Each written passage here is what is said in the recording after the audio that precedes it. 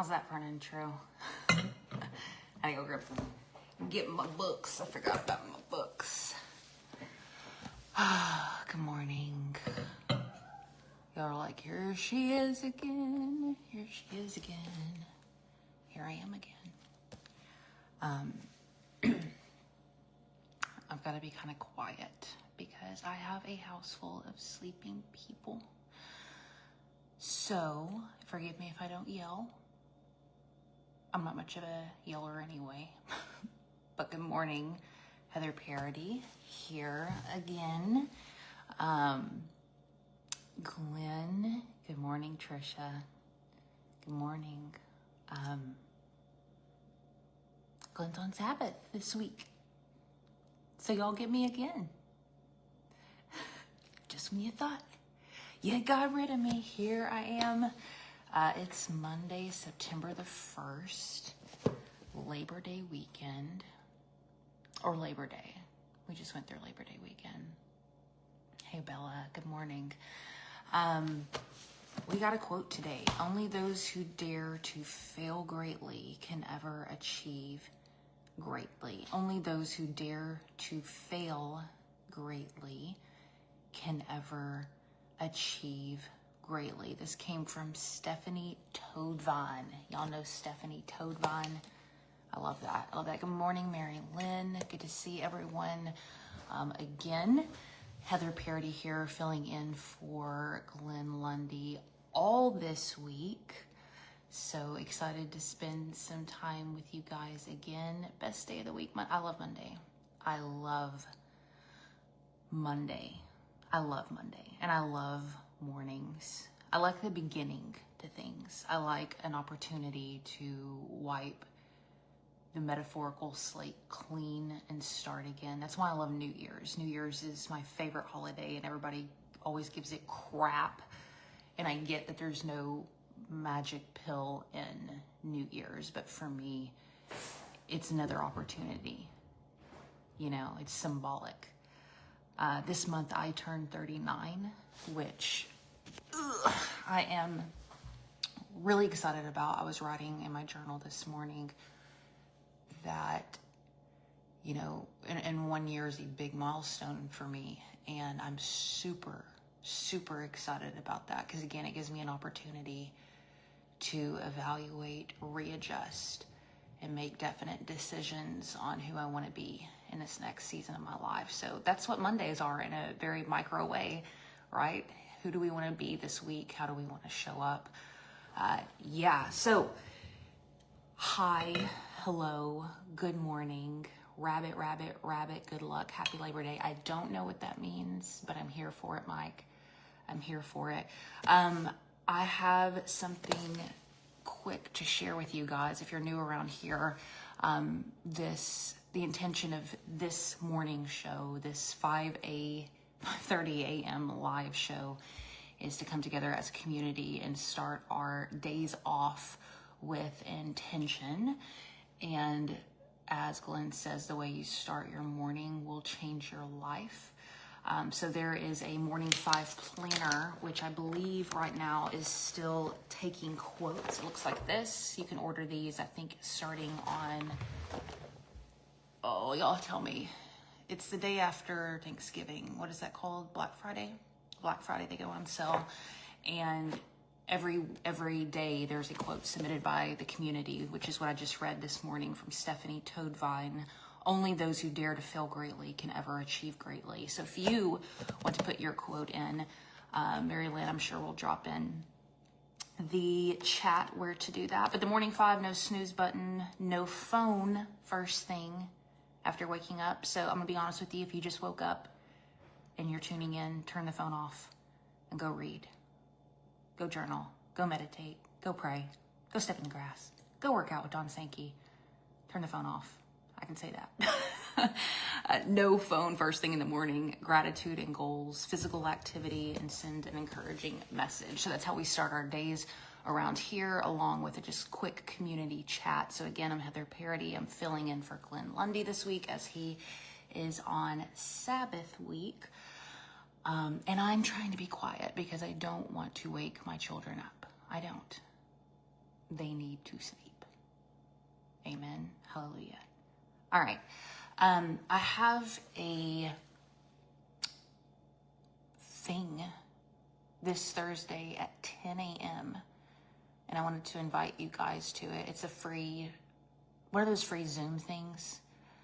But it's for IP protection using the blockchain. There's this guy coming in and he's teaching about how to use new technology, the blockchain, to protect your IP. So if you're writing a book, a course, if you have a framework, there are ways to protect your IP now outside of traditional paths, and he's coming in to teach about it. I've done a few of these with him, and they're always so fascinating to me, how technology is literally rattling everything that we do and making it faster and cheaper. And I've honestly learned a lot about just IP protection through him in general, just through this process. So I host these with him every once in a while just to help creatives, people who are needing their IP protected. So I know this is like off the topic, but I wanted to invite you guys. I'll put a link down in the comments, but you can go to heatherparody.com/Kary, Kary. It's free. I have nothing to sell you, so this isn't like anything like that.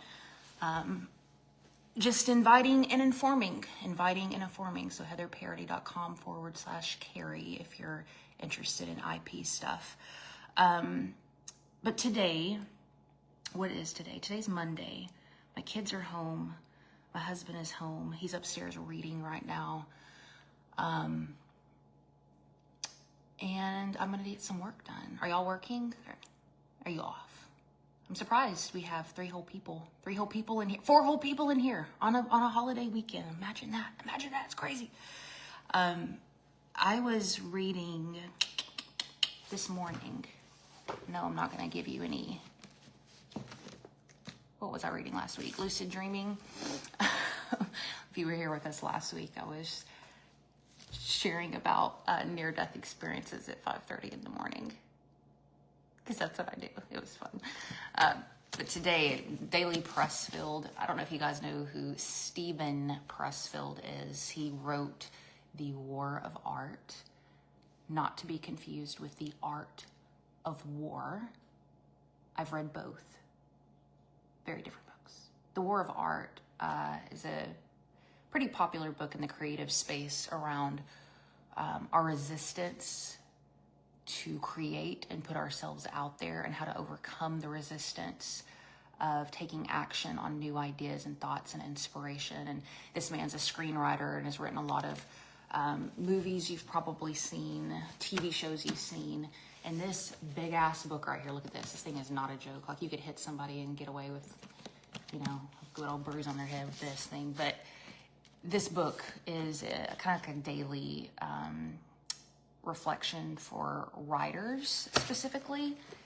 And I know not everybody in here is a writer by any means, but I wanted to read you something that I read this morning. Do y'all bookmark pages like this? Sometimes people get mad at me because I do this to the books. I know, just to use a bookmark. Stephen says, and again, hang on with me for a minute because he's talking to writers, but we're going to go somewhere with this. He says, you, the writer, invent your hero's suffering in order to make her change. What ordeal, can you ask yourself, can I put my protagonist through that will compel her to deepen her understanding of life and herself, and will force her to confront some issue she's either been oblivious to or deliberately hiding from, that will make her change and grow, even if that change and grow involve further suffering? You ask yourself that because if you don't ask it, there would be no story. As writers, we must ask, what kind of suffering should our hero go through? And real big on the top of the page, he put suffering equals insight equals change. Suffering equals insight equals change. So he goes on to talk for quite a while about how do we create suffering for our hero, our protagonist in a story. if there's no suffering, there's no story. If there's no suffering, there's no insight. If there's no suffering, there's no change. Yesterday, good morning, Tosh Queen. Yesterday, my daughter, she's wanting to go to this concert. And it is a concert that's a little far away. It's late at night on a school night, and it is hella expensive. So we agreed as a family, you can go to this, but you're going to figure out how to pay for it. She's at that age where, you know, we're kind of struggling as parents of like, how much do we just pay for things and go versus let them suffer a little bit and figure things out and grow. You know, it's a weird stage, but just where we're at and what we decided based on a lot of things is this was going to be something that she was going to figure out how to go to because she has the tools and the resources to do so. So she had an opportunity of a very specific way that she could earn her way to go to this concert. And yesterday was the day for her to step up to the plate and figure out if this was something she really wanted to do. And I was working out in the gym and she came in there and she sat with me for a long time and we talked through it because she was really starting to understand, wow, this is going to be hard. This thing that I can do to make money is really going to suck. And I really want to play and do something else. And so I had a long talk with her yesterday. I'm like, this is the game, my girlfriend. This is the game. You say you want something and you have to make a decision that the cost of that thing, is it worth it or not? And it's okay if it's not. It's okay if you decide that the suffering that you have to go through is not worth the reward. But that has to be a definite decision on your part. You know? Not Stephen Pressfield, Napoleon Hill. Napoleon Hill talks about this in the book Think and Grow Rich. I don't know if you guys have read it. It's phenomenal. There's a lot of people who don't like that book, but don't listen to them. It's amazing. And his formula, this dude, he was like back in the 20s, I think, I don't know. He studied all these successful folks and he came up with a formula for success. And step one was make a definite decision. A definite decision. This is what I want. Step two was you put a timeline on it. And I believe step three was you ask yourself, what am I going to give in exchange for this thing? What am I going to give in exchange for it? And I love that because it makes you, acknowledge there's going to be an exchange. But you set that decision at the very, very beginning, right? What is it going to require of me to get here? And so as I'm about to turn, I keep saying 40, as I'm about to turn 39, as I'm thinking about like kind of like this last season of my life, who Heather wants to be, I'm having to ask myself, yeah, Heather wants to be in the greatest shape of her life. Yeah, Heather wants to grow her business. Yeah, Heather wants to grow her content and media and podcast and so forth. Cool, yay, fun. What is that going to require of Heather? What is the suffering that I acknowledge and what am I going to give in exchange? Y'all hear what I'm saying? What's up, y'all? Good morning. Good morning. Good morning. Hello. Hello. But here's another interesting thought, friend, and I'm going to throw this out there. What time is it? Mr. Pressfield. Let's go back to him. Remember this dude? The one who wrote the book about writing? He said, we started this conversation because he said suffering equals insight equals change. As a writer, we have to ask ourselves, what is the suffering that our hero is going to go through? Because there's no story without the suffering. And then I told you, we learn from childhood, hopefully, that the things that you want to do has a price tag on it. And are you willing to make the sacrifice, pay the cost for whatever that thing is? There's an equal exchange here, right? Napoleon Hill talks about this. We just went over it. Here's another interesting thought. Are you ready? Pressfield goes on to say in storytelling that the suffering in story must be on theme. So you can't write a story with a hero, make him go through suffering just to suffer.